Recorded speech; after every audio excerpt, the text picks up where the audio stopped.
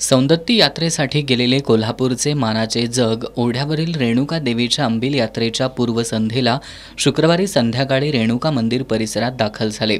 यावेळी देवीच्या जगाच्या स्वागतासाठी रांगोळी आणि फुलांच्या पायघड्या घातल्या होत्या। अत्यंत भक्तिमय वातावरणात पारंपरिक वाद्यांच्या गजरात देवीच्या काठीसोबत देवीच्या जगांनी रेणुका देवी मंदिराची प्रदक्षिणा पूर्ण केली। त्यानंतर मंदिराच्या पिछाडीस मानाचे जग आसनस्थ झाले। आज पहाटे श्री रेणुका देवीच्या मूर्ती अभिषेक घालून विधिवत पूजा बांधण्यात आली। अंबिल यात्रेनिमित्त मंदिराची आकर्षक सजावट करण्यात आली होती। दिवसभर हजारो भाविक देवीला वर्ण वांग, मेथीची भाजी, दहीभात, कांद्याची पात, अंबिल असा नैवेद्य घेऊन दर्शनासाठी येत होते। भाविकांनी आणलेल्या नैवेद्याची नासाडी होऊ नये यासाठी यात्रा समितीने चोख नियोजन केलं होतं।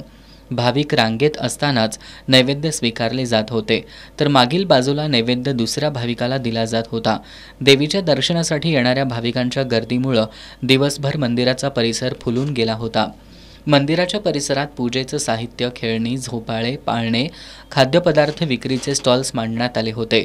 उदे गाई उदेच्या अखंड गजरात ही यात्रा संपन्न झाली।